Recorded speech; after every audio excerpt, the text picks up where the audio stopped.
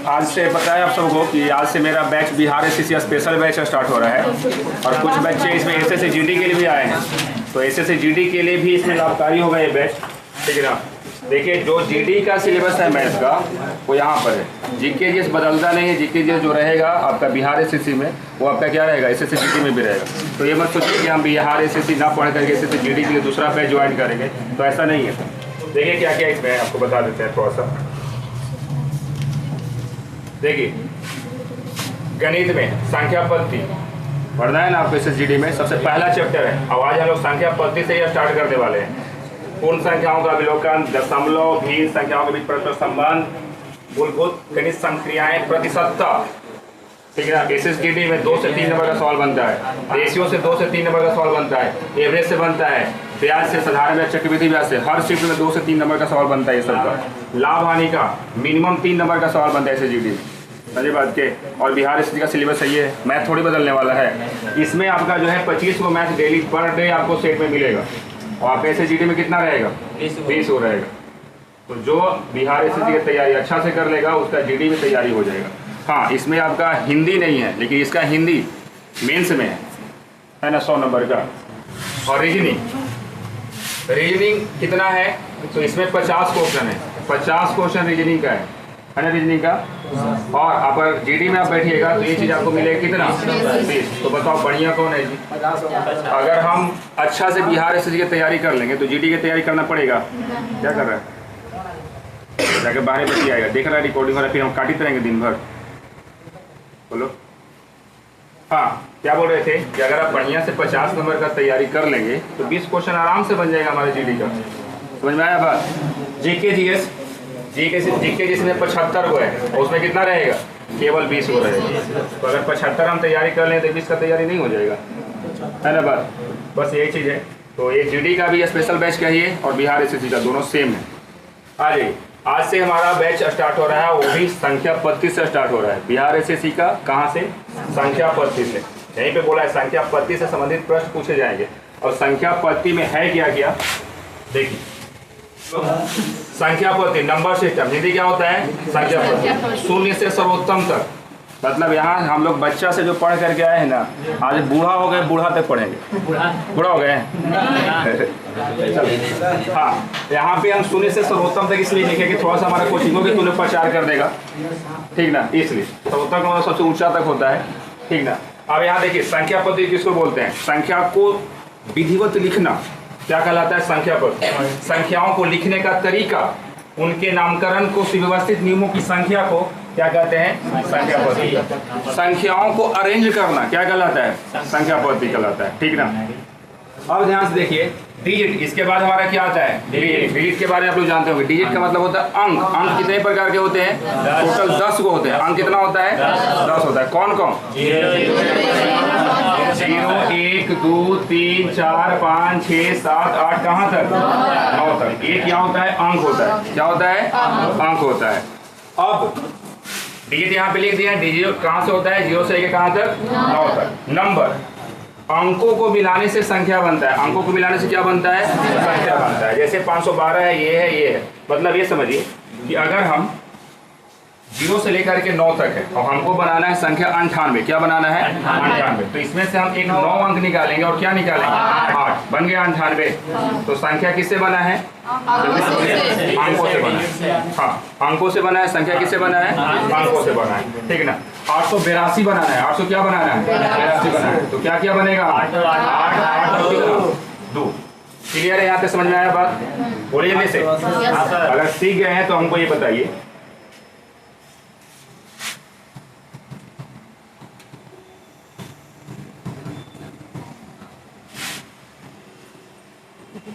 बताइए इसमें कितना संख्या है, 4 गो संख्या है। कितना संख्या है, 4 गो। गधा 4 संख्या नहीं, 4 अंक इसमें। मैं बात, संख्या क्या है, एक संख्या है। कितना है, एक संख्या है। कितना संख्या है, 1 है। और ये 4 अंकों की संख्या है। समझ में आया बात, 4 अंकों की संख्या है। कितना, 4। संख्या 1 है और ये जो अंक है कितना है, इसमें 4 गो है। समझ में आया बात, संख्या कितना है, 1। और कितना अंक का है? अगर अंक काउंट करेंगे तो 1 2 3 4 अंक कितना? तो संख्या कितना? संख्या 1 है। यही तो है नामकरण करने को सुव्यवस्थित नियम को क्या कहते हैं? संख्या पद्धति कहते हैं, ठीक है ना। यानी 5283 एक संख्या, इसका नामकरण किए हम 5283। संख्या कै गो है? एक। कितना अंक का है? 4। अब समझ में आया? क्लियर हुआ? अब बताओ दो संख्या कितना है? 1। इसमें अंक कितना है? समझ में आया बात? 8 7 6। बताइए संख्या कितना है इसमें? संख्या 1। अभी भी 4 बोल रहे हैं। संख्या कितना है? इसमें 1। कितने अंक की संख्या है? 4 अंक की संख्या। 8762। इसमें कितना अंक है? 4। अब बताओ संख्या और अंक में किसी को कोई कंफ्यूजन है? समझ में आया बात? अधिकतर लोग सीख गए ना? हाँ देखिए, 0 से हीरो तक कहाँ पहुँचे? 0 से सर्वोत्तम तक, ठीक है ना। अभी तक नहीं पता था कि संख्या कितना है और अंक कितना है। पता चला सबको? अब आगे बढ़िए। आइए, संख्याओं का वर्गीकरण। संख्या टूटता है कैसे कैसे वो बता रहे हैं। इसके बारे में सारा डिटेल्स आगे है, ठीक ना। आओ, नंबर ऑफ क्लासिफिकेशन, संख्याओं का वर्गीकरण। संख्या को अगर हम तोड़ते हैं तो ये 2 भाग में टूटता है, ठीक ना। एक वास्तविक संख्या टूटता है, दूसरा क्या टूटता है? काल्पनिक संख्या, ठीक ना। अब ये काल्पनिक संख्या हमको 11 12 पढ़ना है, ये हमारा सिलेबस में नहीं है, इसलिए इसको हम आगे नहीं बढ़ेंगे, ठीक ना। हमको क्या पढ़ना है? वास्तविक संख्या। वास्तविक संख्या किसको बोलते हैं? तो वैसी संख्या जिसको हम संख्या रेखा पर दर्शा सके, वैसी संख्या जिसको हम संख्या रेखा पर दर्शा सके उसको क्या बोलते हैं? वास्तविक संख्या बोलते हैं। मतलब ये कि परिमेय और अपरिमेय दोनों को हम क्या बोलते हैं? वास्तविक संख्या बोलते हैं। क्लियर है? समझ में आया सबको? हाँ, सारा डिटेल्स हम नीचे बताएंगे। पहले आप देख लीजिए कैसे कैसे टहनी निकला है, ठीक है ना। अब ध्यान से देखिए, वास्तविक संख्या को भी हम 2 भाग में तोड़ते हैं। तो ये टूटता है आपका परिमेय संख्या और किसमें? ठीक ना। परिमेय संख्या और किसमें? अपरिमेय संख्या। परिमेय संख्या किसको बोलते हैं? कोई बताएगा? बहुत बढ़िया। जो p/q के रूप में रहे, a/b के रूप में रहे, ठीक ना। जो p/q या a/b के रूप में रहे, जहां b बराबर 0 ना हो, बराबर में 0 क्या हो? वो क्या कहलाता है? अपरिमेय संख्या किसको बोलते हैं? हाँ, अगर संख्याओं से परिमेय संख्या को हटा दिया जाए तो क्या बचेगा? अपरिमेय संख्या। क्लियर? समझ में आया बात? या जो p/q के रूप में। क्लियर है? इसके बारे में आगे भी पढ़ेंगे। आइए, अब है यहाँ पे हमारा जो है परिमेय संख्या भी 2 भाग में टूटता है। वो टूटता है क्या? पूर्णांक संख्या और क्या होता है? ऋण संख्या। ऋण संख्या वही परिमेय संख्या है, a/b के रूप में 2/3, 4/3, 5/8, 6/8, ये सब क्या है? ऋण संख्या। क्लियर है? ये तो क्लियर है एकदम। अब यहाँ समझते हैं पूर्णांक संख्या क्या है। पूर्णांक संख्या अंग्रेजी में बोलते हैं इंटीजर। यानी ये जो आपका है पूर्णांक संख्या, वो स्टार्ट कहाँ से होता है? 0 1 2 3 4 कहाँ तक जाएगा? इधर भी जाता है, -1 -2 -3 कहाँ तक? हाँ, इसमें आपका प्लस और माइनस दोनों में चलता है और 0 भी होता है, ठीक है ना। ये क्या होता है? पूर्णांक होता है। समझ में आया बात? अब ध्यान से देखिए, पूर्णांक हो गया ना। पूर्णांक समझ में आया बात? कहाँ से कहाँ तक? पॉजिटिव, निगेटिव और 0। पॉजिटिव, निगेटिव और 0 तीनों होता है। वो क्या होता है? इंटीजर होता है, पूर्णांक होता है। क्लियर है? अब ध्यान से देखिए, इसी को हम 3 भाग में तोड़ दिए हैं। ऋणात्मक पूर्णांक, तो ये पार्ट जो हमारा हुआ वो क्या हुआ? ऋणात्मक पूर्णांक हुआ। उसके बाद धनात्मक पूर्णांक। धनात्मक पूर्णांक, धनात्मक पूर्णांक क्या हुआ? 1 से लेकर के कहाँ तक? शून्य। शून्य ना तो ये पॉजिटिव है और ना तो क्या है? नेगेटिव है। इसलिए इसको क्या रखा गया? अलग रखा गया। समझ में आया बात? अब ध्यान से देखिए, अब धनात्मक पूर्णांक से यानी आप क्या सीखे? धनात्मक पूर्णांक गिनती की संख्या है। धनात्मक पूर्णांक क्या है? गिनती की संख्या। अब ये जरा सा बताइए हमको कि गिनती की संख्या किसको बोलते हैं? प्राकृतिक संख्या को बोलते हैं ना। अब यहाँ पे समझिए, 1 2 3 4 5 6 7 यहाँ से जा रहे हैं, ठीक है। कहाँ तक? अनंत जा रहे हैं। अगर हम यहाँ से उठाएं 1, अल्टरनेट उठाते हैं, 1 के बाद क्या आएगा? 3 के बाद क्या आएगा? 5 के बाद 7 कहाँ जाएगा? तो बताओ ये कौन सी संख्या है? ये विषम संख्या है। क्या है? अब ध्यान से देखिए कि प्राकृतिक संख्या को अगर हम तोड़े हैं तो कहीं भी आभास संख्या विषम संख्या है? तो बस अब जितना भी संख्या टूटेगा सब प्राकृतिक संख्या से टूटेगा। ठीक ना। अब ध्यान देखिए, अगर हम 2 से शुरू करते हैं तो 2 4 6 8 क्या बनेगा? बनेगा ना। अगर हम यहाँ से शुरू करते हैं 2 के बाद 3 5 7 और कितना? बताओ ये क्या है? आभाज्य संख्या को हम क्या बोलते हैं? रूट संख्या बोलते हैं। आभाज्य संख्या या रूट संख्या बोलते हैं। अगर हम शुरू कर दे यहाँ से 4 के बाद कितना? 6 6 के बाद कितना? 9 9 के बाद 10 10 के बाद कितना? तो बताओ ये कौन सी संख्या है? आज संख्या या क्या है? यौगिक संख्या। समझ में आया बात? और भी संख्या है, और भी संख्या है। आज सारे संख्या के बारे में हम लोग जानेंगे, ठीक ना। ध्यान देख। अब बताओ इसमें किसी को बताइए कोई प्रॉब्लम है इस ग्राफ में? बताइए जल्दी से, बताइए जल्दी से, कोई बताइए कि इसमें कोई प्रॉब्लम है इस ग्राफ में? पूर्णांक संख्या आपको बताइए दी हम आपको शुरू में। पूर्णांक संख्या किसको बोलते हैं? हाँ, जब प्राकृत संख्या में 0 मिला देते हैं तो क्या बनता है? पूर्ण संख्या। एक गलती, पूर्णांक में पूर्ण संख्या क्या बनेगा? पूर्ण संख्या बनेगा। शून्य सहित प्राकृत संख्या, शून्य सहित क्या? प्राकृत संख्या क्या बनता है? पूर्ण संख्या बनता है। क्लियर है? सम संख्या 2 4 6 8, यौगिक संख्या 4 100 15 16 ये कटने वाली संख्या क्या कहलाता है? यौगिक संख्या कहलाता है या भाज्य संख्या कहलाता है, ठीक ना। अब यहाँ ध्यान से देखिए, अभाज्य संख्या 2 5 7 11 13 ये होगा ना, ये क्या बनेगा? अभाज्य संख्या बनेगा। और आगे बढ़ते हैं।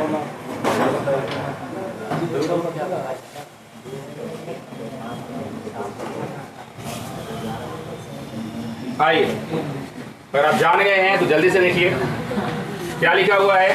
प्राकृत संख्या, नेचुरल नंबर। बताइए प्राकृत संख्या किसको बोलते हैं? गिनती की संख्या को क्या बोलते हैं? प्राकृत संख्या। फिर से बोलो, गिनती की संख्या को क्या बोलते हैं? ये प्राकृत संख्या क्या होता है? पॉजिटिव होता है। क्या होता है? यानी कहाँ से शुरू होगा?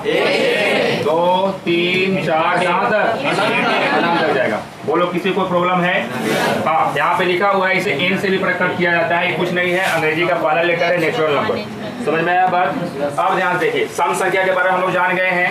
सम संख्या क्या होता है? जो संख्या 2 से पूरा कट जाए। हाँ, जो संख्या 2 से पूरा भाग लग जाए, ठीक है ना, वो क्या होगा?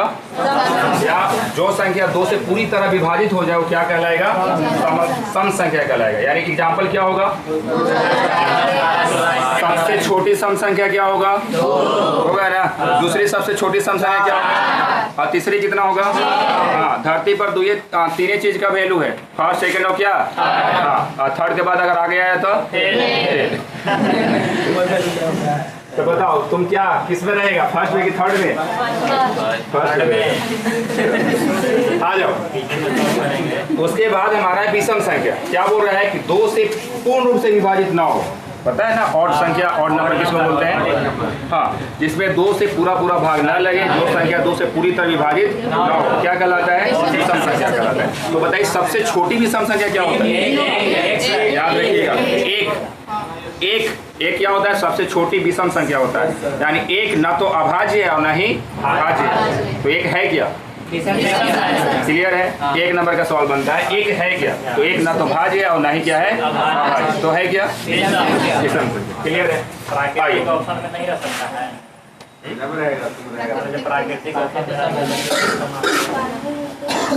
कल इसका क्वेश्चन हम लोग देंगे, 1 नंबरी का क्वेश्चन, ठीक है ना। जितना भी क्वेश्चन प्रीवियस से पूछा हुआ है इसका सारा क्वेश्चन करवाएंगे। पहले सब संख्या के बारे में जान लेते हैं, ठीक है ना।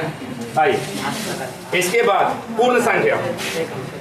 पूर्ण संख्या आपको पढ़ाएं, जब प्राकृत संख्या में 0 को शामिल कर लिया जाता है तो क्या कहलाता है? कहलाता है, ठीक है ना। क्या समझे? प्राकृत संख्या में जब 0 को शामिल कर लिया जाता है तो क्या बनता है? वही चीज यहाँ पे है। जब प्राकृत संख्याओं के समुच्चय में 0 को शामिल कर लिया जाता है तो पूर्ण संख्या का समुच्चय बनता है और इन्हें W से प्रकट किया जाता है। यानी अंग्रेजी में पूछा क्या बोलते हैं? बोलते हैं। यानी कि एग्जाम्पल क्या होगा? क्या होगा? 0 1 2 3 कहाँ पे जाएगा? बताइए, किसी को कोई प्रॉब्लम है यहाँ तक? क्या चॉकलेट हुआ है? हाँ, आप चला रहे थे मोबाइल।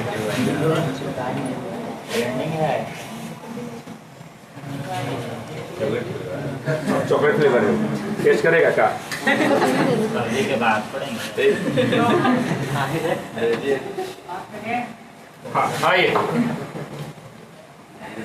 देखिए, पूर्णांक संख्या। बताओ, इंटीजर के बारे में हम लोग जान लिए। किसको इंटीजर बोलते हैं?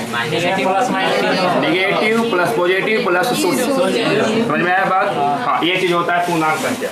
यहाँ देखिए, जब पूर्ण संख्याओं के समुच्चय में ऋणात्मक चिन्ह के साथ साथ प्राकृत संख्या को शामिल कर लिया जाता है तब पूर्ण संख्याओं का समुच्चय बनता है। इन्हें इंटीजर से प्रकट किया जाता है, ठीक है ना।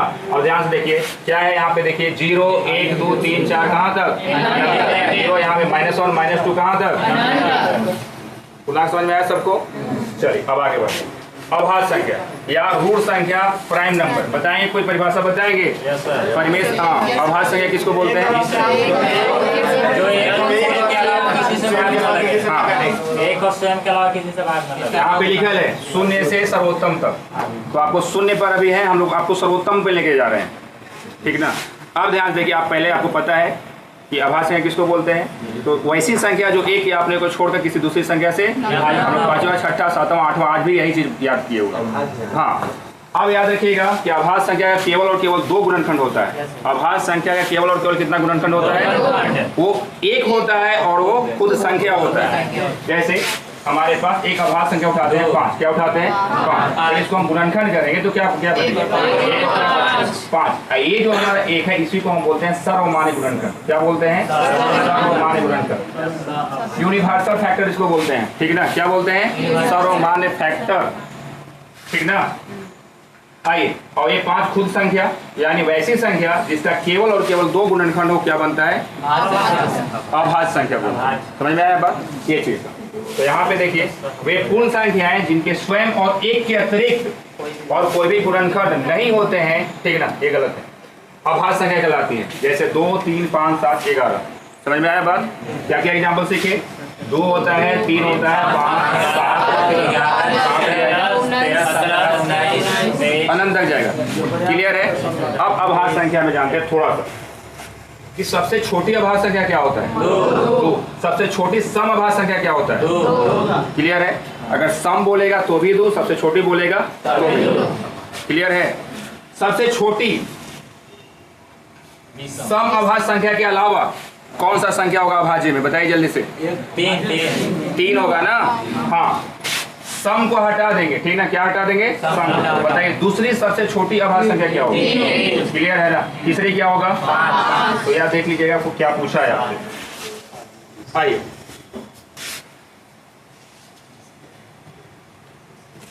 इसके बाद अच्छा यहाँ पे नोट करके भी है, नोट पढ़ लेते हैं। 2 ही एक ऐसी सम संख्या है जो ऋण संख्या भी है, बल्कि 2 से ही ऋण संख्या शुरू होती है। तब तो बताए जो हमारा अभाज्य संख्या शुरू होता है वो कहाँ से होता है? 2 3 5 7 11 13 17 19 ऐसे चलता है ना। हाँ, इसके बाद दूसरा क्या बोल रहा है? 2 के अलावा और सभी ऋण संख्याएं विषम संख्याएं हैं, लेकिन सारी विषम संख्याएं ऋण नहीं होती। मतलब अगर हम अभाज्य संख्या से 2 को अगर हटा दे तो जितना भी अभाज्य संख्या बनेगा वो क्या बनेगा? सब विषम बनेगा। क्या बनेगा? विषम बनेगा। लेकिन हम अभाज्य संख्या को हम क्या विषम संख्या बोल सकते हैं? बोल सकते हैं। अभाज्य संख्या को विषम संख्या बोल सकते हैं, लेकिन विषम संख्या अभाज्य संख्या नहीं हो सकती। जैसे 9, ठीक ना, 11 13, फिर क्या आ जाएगा? 15। ये सब विषम संख्या है कि नहीं? अब बताओ 11 और 13 क्या है? तो ये अभाज्य संख्या में भी और विषम संख्या। क्लियर हुआ? चलो आगे बढ़ते हैं। सअभाज्य संख्या को प्राइम नंबर, ठीक है। सअभाज्य संख्या बताइए, कोई बताएगा सअभाज्य संख्या किसको बोलते हैं? हाँ बताइए। 2 संख्याओं का मसा 1 होता है, उसे सहभाज्य। हाँ बहुत बढ़िया।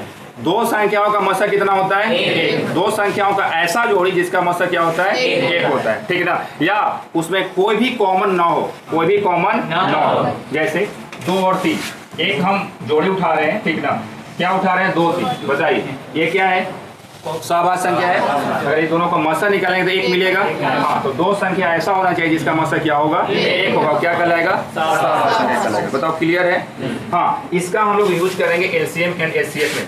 एलसीएम एंड एचसीएफ में संख्या हमारा इसी से तैयार होता है, ठीक है। तो याद रखिएगा इस चीज को। हाँ, एग्जाम्पल भी दिया हुआ इसमें, या इसको पढ़ लेते हैं। 2 संख्याएं जिनमें 1 के अतिरिक्त कोई भी उभयनिष्ठ गुणनखंड ना हो, कोई भी कॉमन ना हो, ठीक है ना। क्या कहलाता है? सअभाज्य संख्या कहलाती है। जैसे 9 और 16। 9 और 16 बताओ इसमें कोई कॉमन है? नहीं। अगर कोई कॉमन ना है तो क्या कहलाएगा? सहभाज्य संख्या। किसी को ऐसा लग रहा है कि सर 9 तो आपका अभाज्य संख्या नहीं है, 16 भी अभाज्य संख्या नहीं है, लेकिन बोल रहे हैं कि सहभाज्य संख्या है। बोलिए।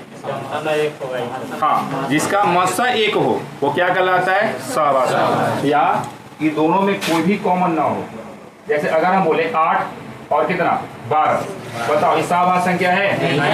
नहीं है, क्योंकि इसमें 4 कॉमन है, 4 कॉमन है ना। अगर इसका मसा निकालेंगे तो क्या बनेगा? 4। जो कॉमन होता है वही तो मसा होता है, ठीक है। तो इसको अगर हम मसा निकालेंगे तो क्या बनेगा? 4, इसलिए सहभाज्य संख्या नहीं। अगर हम बोले 8 और 13, बताओ ये क्या है? सहभाज्य संख्या है ना। चल आगे बढ़े।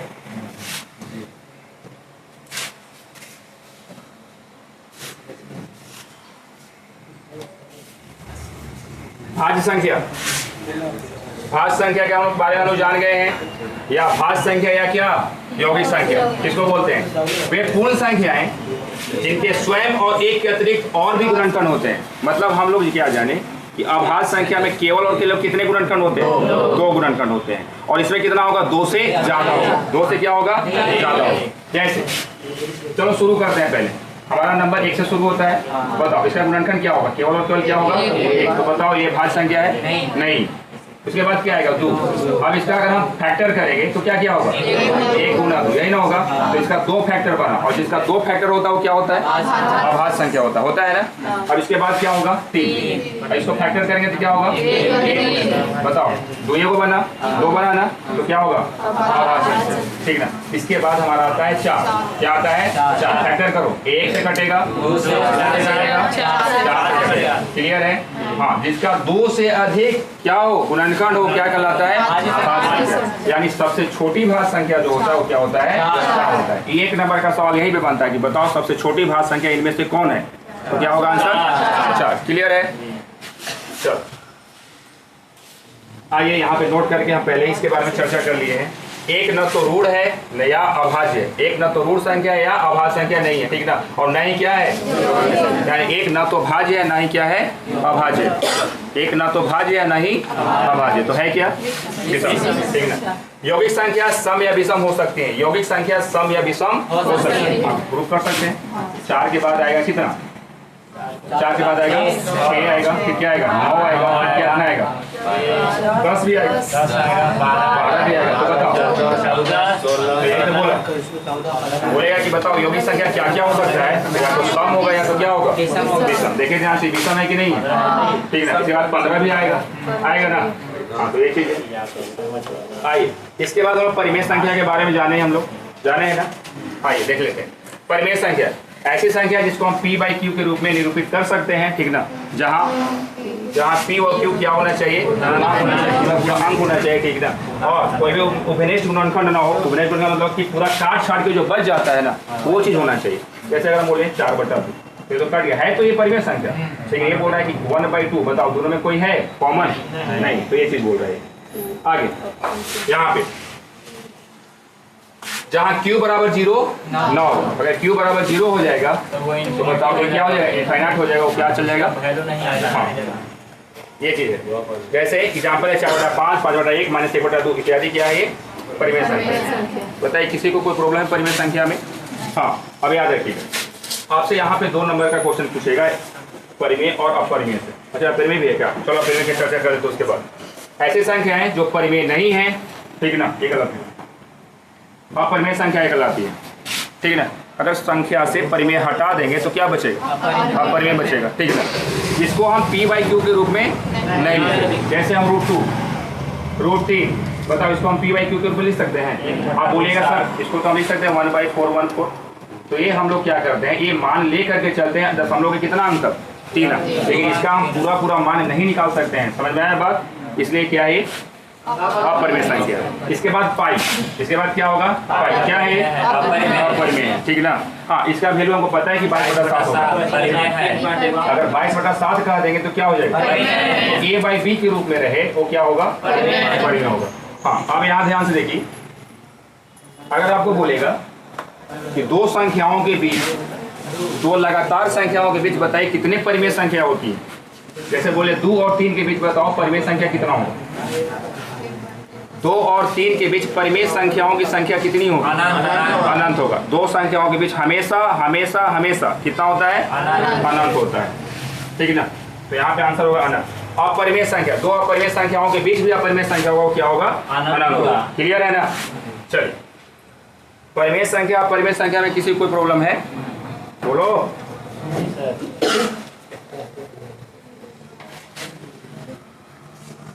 आइए, वास्तविक संख्या। सबसे पहले हम वास्तविक संख्या के बारे में चर्चा किए थे। क्या होता है वास्तविक संख्या? बताओ जल्दी से। हाँ, या वैसी संख्या जिसको हम संख्या रेखा पर क्या कर सके? दर्शा सके। और किसको दर्शाते हैं? परिमेय संख्या और अपरिमेय संख्या, ठीक है ना। तो सभी परिमेय संख्याएं और अपरिमेय संख्याएं वास्तविक संख्या कहलाती हैं और इनका वर्ग सदैव क्या होता है? जैसे यहाँ अगर हम बोले बताओ इसका वर्ग हम अगर करेंगे तो बताओ क्या बनेगा? 2 होगा ना। तो वही चीज बोल रहा है कि इसका वर्ग करेंगे तो हमेशा पॉजिटिव देगा। समझ में आया बात? आगे बढ़ते हैं। चक्रीय संख्या, शायद आप लोग पहली बार सुने होंगे, ठीक है ना। बोल रहे हैं कि चक्रीय संख्या, ध्यान से देखिए, चक्रीय संख्या क्या है? ऐसे क्या होता है? कल से ऐसा हो रहा है।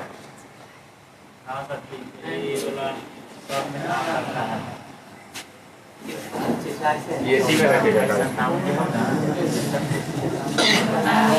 आइए देखिए सब लोग, चक्रीय संख्या यह n अंकों की ऐसी संख्या है जिसे 1 से लेकर n तक किसी संख्या से गुना करने पर गुणनफल उन्हीं n अंकों से बना होता है, ठीक ना।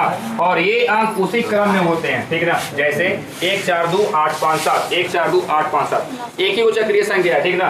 1 4 2 8 5 7 अगर इसको हम संख्या से गुना करेंगे कितना? n संख्या से, मतलब ये संख्या बताओ कितना अंक का है? तो 1 2 3 4 5 6 कितना अंक का है? 6 संख्या का वो है एक। हाँ, तो ये एक संख्या है जो कितना अंक का है? 6। n अंकों की ऐसी संख्या, मतलब n का जो मान है यहाँ पे क्या है? 6, ठीक ना। जिसे 1 से लेकर के n तक, मतलब क्या समझे? 1 से लेकर कहाँ तक? 6 तक अगर किसी भी संख्या से गुना करेंगे तो ये चीज हमारा ये खुद आएगा संख्या, उसी को बोलते हैं क्या? चक्रीय संख्या। इसी को देखिए गुना कीजिए, देखिए 1 है, 4 है, 5 है, देखिए 7 है, 8 है, 2 है। आया कि नहीं आया? आया ना। 2 से गुना करेगा, 2 से गुना किया वही आया। 1 से गुना करेंगे तो खुद रहेगा। अच्छा, 2 से गुना करेंगे तो खुद आया है। 3 से गुना करेंगे तो देखिए फिर से वही है। 4 से गुना करेंगे तो वही है। और 5 से गुना करेंगे तो फिर वही है। और 6 से भी गुना करेंगे तो यही है। हाँ, केवल इधर उधर इधर उधर पड़े। यहाँ पे पढ़िए, ये क्या बोल रहा है? Cyclic number. क्या बोल रहा है? साइकिल को घुमाते तो फिर से पेंडल वहीं पे आता है। तो बताओ चक्रीय संख्या कौन सा है? 1 4 1 8 5 7 142 857 1 4 2 8 5 7 नहीं, कितना अंक की संख्या है? 6। तो 1 से लेकर 6 तक गुना करेंगे तब। आप 7 से गुना करके देखते हैं एक बार। 1 4 2 8 5 कितना? 7। अब इसमें 7 जो है 77 इकाइयाँ क्या दे रहा है? बताओ, इसमें 9 है, अलग ना आ गया। यहाँ पे समझिए, यह n अंकों की ऐसी संख्या है जिसे 1 से लेकर n तक, 1 से लेकर कहाँ तक? n तक किसी संख्या से गुना करने पर उनका गुणनफल उन्हीं n अंकों से बना होता है। अगर कोई 7 संख्या है तो फिर होगा 7 तक गुना होगा। नहीं, ऐसा तो कोई एग्जाम्पल नहीं है, हम सर्च किए थे, नहीं था। ठीक है, कितना है तो बताओ, जल्दी से फटाक से बताओ, बोलो। 142 857। हाँ, याद रखना 142 857, ठीक है ना। इसके बाद जो हमारा है आगे देखिएगा, योगात्मक तत्समक एडिटिव आइडेंटिटी, ठीक है। किसको बोलते हैं? तो शून्य को बोलते हैं। किसको बोलते हैं? शून्य। क्यों बोलते हैं? ये बोल रहा है कि a प्लस 0 या a प्लस 0 बराबर क्या? a। मतलब किसी भी संख्या में अगर हम 0 को ऐड करेंगे तो कुछ संख्या प्राप्त होगा ना। इसलिए शून्य को क्या बोलते हैं? योगात्मक तत्समक कहते हैं, ठीक है ना। यहाँ से ये क्वेश्चन एक आपसे पूछा हुआ है बिहार से, पलट करके आप देखिएगा, मिलेगा आपको सेट में। इसके बारे में जान लीजिए। योगात्मक प्रतिलोम किसको बोलते हैं? यहाँ पे यदि a प्लस माइनस ए बराबर क्या 0, मतलब किसी संख्या से अगर क्या घटाएं कि 0 आ जाए तो खुद संख्या घटेगा, यही चीज ना। अब बताओ प्लस से क्या हो जाएगा माइनस, मतलब ये कि अगर 2 को हम पूछे कि बताओ योगात्मक प्रतिलोम क्या बनेगा तो क्या बनेगा माइनस, -4 का बताओ क्या बनेगा +4, 2 का क्या बनेगा 3 का क्या बनेगा 3 का क्या बनेगा। अब बात समझ में आया, योगात्मक प्रतिलोम समझ में आया, ये चीज होता है। योगात्मक तत्समक समझ में आया, कौन सी संख्या है 0। आगे बढ़ते हैं।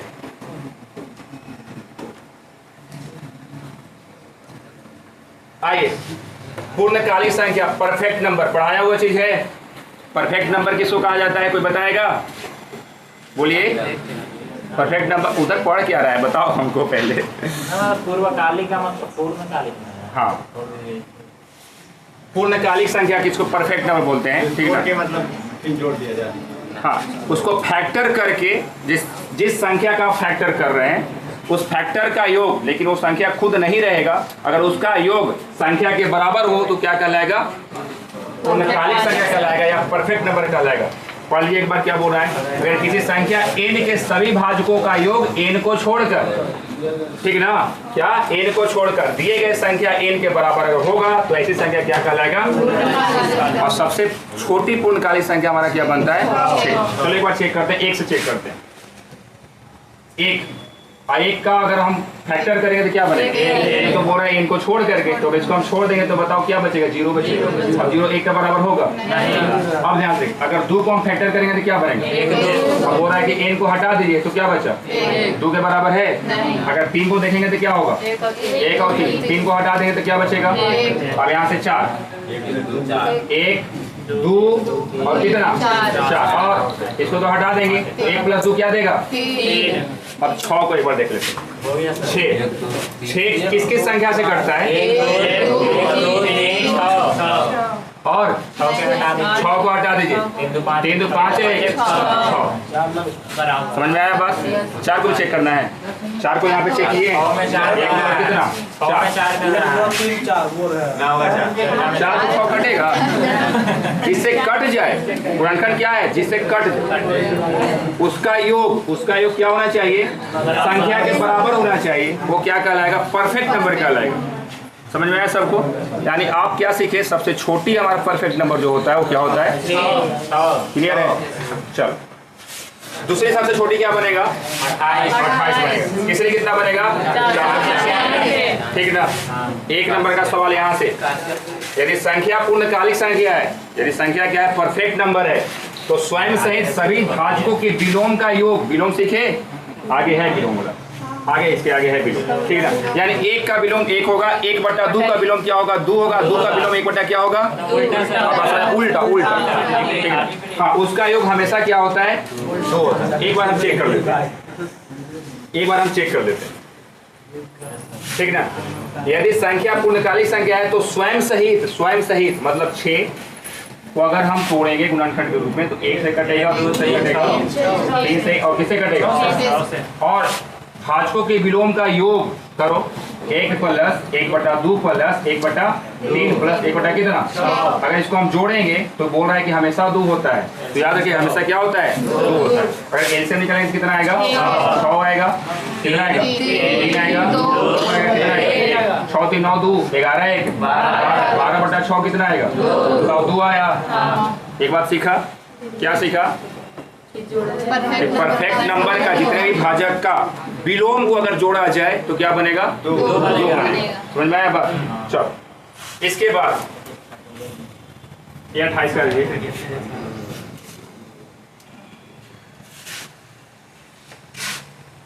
हाँ, PDF शाम को मिल जाएगा ग्रुप में, ठीक ना। आइए गुणात्मक तस्मक क्या है, यदि 1 गुने 1 मतलब किसी संख्या में अगर हम 1 से गुणा करें तो खुद संख्या प्राप्त होगा, ठीक है। क्या प्राप्त होगा, खुद संख्या प्राप्त होगा। यानी अतः 1 को क्या कहते हैं, और बताएं 1 को क्या कहते हैं, एक और बताएं आपको, एक तो और बताएं। प्राकृतिक संख्या वो जीरो था, वो जीरो था। योगात्मक तत्समक था, वो क्या होता है? जीरो था। योगात्मक तत्समक था, वो क्या था? जीरो था। ठीक ना। योगात्मक प्रतिलोम, समझ में आया बात? यानी 2 का क्या? माइनस। ठीक ना। ये आपको बताए थे। एक जो है हमारा सर्वमान्य गुणनखंड है, बताए थे। हाँ, ये चीज पूछ रहे थे आपसे। हाँ, तो गुणात्मक प्रतिलोम क्या होता है? एक को बोलते हैं, क्या बोलते हैं? एक। ए गुने बी बराबर 1। अच्छा, एक यहाँ ऊपर ऊपर ऊपर। गुणात्मक तत्व किसको बोलते हैं? यदि ए गुने 1, अतः एक को क्या बोलते हैं? गुणात्मक तत्व बोलते हैं। ठीक है। आइए, गुणात्मक प्रतिलोम, यही इसी के बारे में हम लोग बता रहे थे कि 2 का क्या होगा प्रतिलोम? 1/2। ठीक है ना। मतलब ये बोल रहा है कि वैसे नंबर आपको उठाना है जिसका गुणनफल हमको क्या दे दे? 1 दे। तो कब देगा? जब इसका ये उल्टा होगा, यानी अगर 4 का अगर प्रतिलोम अगर 1/4 का तो हमको देगा कि नहीं देगा? समझ में आया बात? यानी कितना देगा? 1। ये चीज बोल रहा है। यानी ए और बी एक दूसरे के क्या होंगे? गुणात्मक प्रतिलोम होंगे। जैसे 2 गुने 1/2 यानी कितना? 1। बताओ, किसी कोई प्रॉब्लम है यहाँ तक? सब लोग सीख लिया? क्वेश्चन के लिए तैयार है? क्वेश्चन अभी नहीं है, एक नंबर का केवल फैक्ट निकाला गया इससे। क्वेश्चन अभी नहीं है, केवल फैक्ट है। आइए समझिए, समझाते जाते हैं। आप खुद समझदार हैं। क्या लिखा हुआ है? संख्याओं पर कुछ महत्वपूर्ण बातें जो आपको दिमाग में याद रखनी चाहिए हमेशा। ठीक ना? याद रख लेगा पक्का? बताइए, ऐसी संख्या जो अभाज्य हो और सम हो, बताइए क्या होगा? पढ़ लिया हम लोग। 2 होता है। ऐसी संख्या जो भाज्य हो एवं क्या हो? सम हो। क्या होता है? केवल और केवल धरती पर 2 ही है। देखो, हम एगो तुम। नहीं, क्या होता है? संख्या नंबर क्या है? 2 है। चलो आ जाओ। संख्या 1 न तो भाज्य और नहीं अभाज्य। बताएं आपको, संख्या 1 क्या? न तो भाज्य और नहीं, बताओ क्या है? बताइए, वे 2 क्रमिक अभाज्य संख्या, यहाँ पे क्रमिक होगा। वे 2 क्रमिक अभाज्य संख्या जिनके बीच केवल एक सम संख्या होती है, अभाज्य जोड़ा होता है। अभाज्य जोड़ा के बारे में नहीं बताए थे, अब बता दे रहे हैं। अभाज्य जोड़ा जिसमें 2 का अंतर हो, वैसी लगातार अभाज्य संख्या आएगा जिसमें कितना का अंतर हो? जैसे ध्यान से देखिए, 3 5 3 5। बताओ, 2 का अंतर है तो अभाज्य जोड़ी कहलाएगा। इसके बाद 5 और 7, ठीक ना। इसके बाद क्या आएगा? 11 13। इसके बाद क्या आएगा? 17 आएगा। 29 और 23। 21 23 नहीं होगा, 21 भाज्य संख्या। 29 और 31 कितना होगा? 41 होगा। ठीक है, 41 और कितना होगा? इस तरह से बाकी आप सोचे रहिएगा। क्लियर है? 57 देखिए, 57 कटेगा। चलिए, अभाज्य जोड़ी सबके समझ में आया? आइए आगे। यहाँ पे सभी प्राकृतिक संख्याएं पूर्ण पूर्णांक परिमेय एवं वास्तविक होती है। वहीं से तो हम लोग पढ़े थे, ऐसे निकाले थे सब अलग अलग। चलो आ जाओ।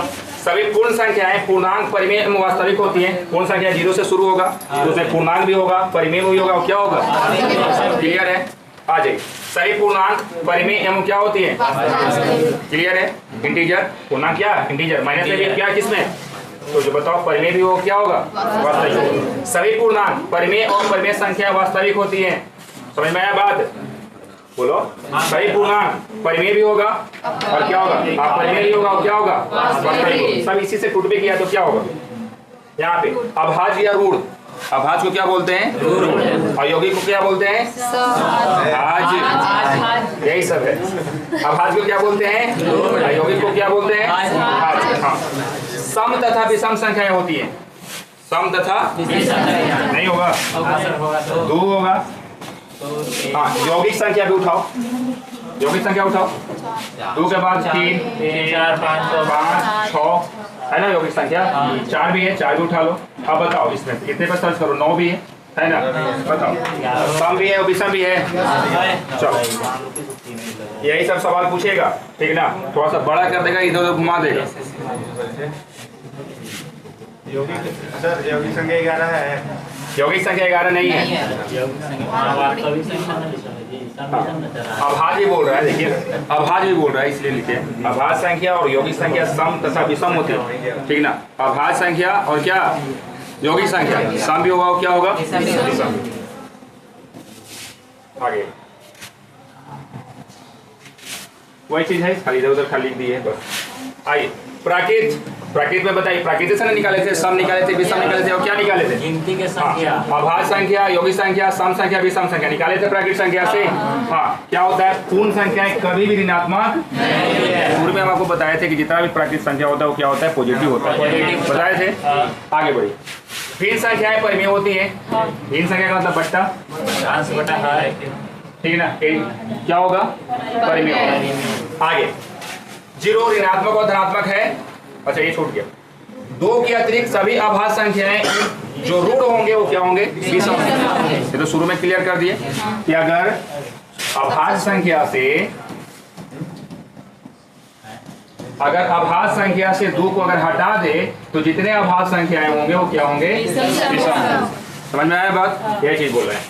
जीरो ना तो ऋणात्मक है और ना ही धनात्मक है, क्लियर है? ये भी बताए थे इसके बारे में। किसी भी संख्या में शून्य का भाग देना परिभाषित नहीं है। आप बताइए, किसी भी संख्या से अगर आप शून्य में भाग देते हैं तो उसको क्या बोलते हैं आप? a/0, मतलब ए की जीरो से आप किसमें भाग दे रहे हैं? ए में। तो बताओ ए परिभाषित होगा? वही चीज बोल रहा है, मान नहीं ज्ञात कर, ठीक है, पता है ना ये चीज। आगे ये चीज बोल रहा है कि अगर किसी संख्या से शून्य में किसी भी संख्या से भाग दे, ठीक ना, शून्य में किसी भी संख्या से भाग दे तो हमेशा क्या प्राप्त होता है? समझ में आया बात? ठीक है, चलो आगे। किसी संख्या का, अच्छा स्थानीय मान है, चलो आ जाओ स्थानीय मान सिखाते हैं। स्थानीय मान ध्यान से देखिए, 8 5 7 3 2, ठीक ना। स्थानीय मान, यहाँ पे दो मान होता है, एक होता है प्लेस वैल्यू और दूसरा क्या होता है? Face value. एक प्लेस वैल्यू का मतलब जगह स्थान, मतलब ये कि साथ किस स्थान पर है, ठीक ना। और फेस वैल्यू होता है जो आपको फेस पे दिखाई दे। समझ में आया बात? वो चीज होता है जातीय मान। दो का क्या जात है? दो है। तीन का क्या जात है? 7 का, हाँ 5 का, 8 का। अगर आपसे जातीय मान किसी संख्या का पूछा है तो खुद संख्या होता है। समझ में आया बात? तो खुद क्या होता है? संख्या होता है। लेकिन अगर प्लेस वैल्यू पूछा है, स्थानीय मान पूछा है, तो 2 का क्या होगा? 3 का क्या होगा? 7 का क्या होगा? 700, ठीक है। 5 का क्या होगा? 5000, ठीक है। 8 का क्या होगा? 1 2 3 4 0, क्लियर है? समझ में आया बात? स्थानीय मान, जातीय मान समझ में आया? तो बताओ, 1 नंबर का सवाल है, वह कौन सा अंक है जिसका स्थानीय मान और जातीय मान सेम होता है? क्या होता है? इकाई का जातीय मान और स्थानीय मान दोनों क्या होता है? सेम होता है। 1 नंबर का सवाल बना यहाँ से। अच्छा भिन्न संख्या अपरिमेय भी हो सकती है? भिन्न संख्या अपरिमेय नहीं हो सकती। 1/√3, हाँ ये तो अपरिमेय पे हो जाएगा, a/b के रूप में।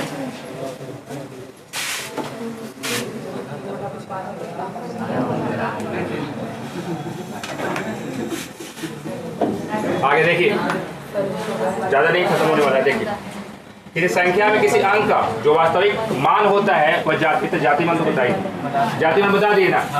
और जैसे यहाँ पे 5 का जातीय मान क्या होगा? 6 का जातीय मान, 8 का जातीय मान, 3 का जातीय मान, 2 का बताया स्थानीय मान क्या होगा? 200 होगा ना। चलिए, दो परिमेय संख्याओं का योगफल तथा गुणनफल सदैव क्या होता है?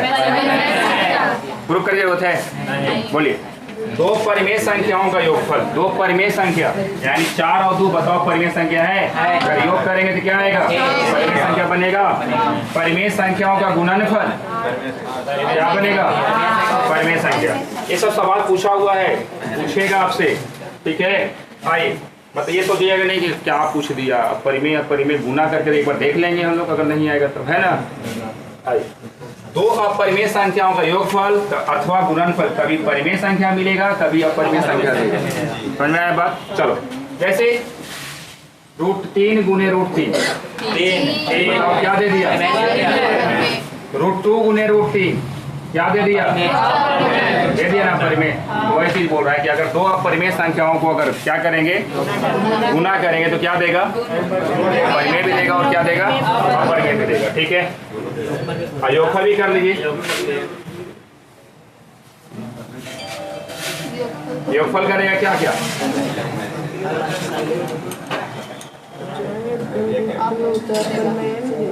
√3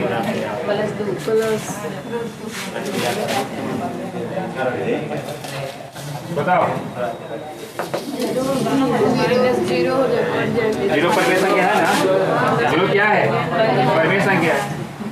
ठीक है, चलिए यहाँ पे पाई क्या है इसके बारे में जानकारी है आपको। पाई का सीन ये होता है। ठीक है, दो परिमेय संख्याओं या दो अपरिमेय संख्याओं के बीच अनंत परिमेय संख्याएं या अनंत अपरिमेय संख्याएं होती है। इसके बारे में चर्चा किए थे। दो संख्याओं के बीच अगर परिमेय संख्या पूछेगा तो कितना होगा, अपरिमेय संख्या पूछेगा तो। ठीक है,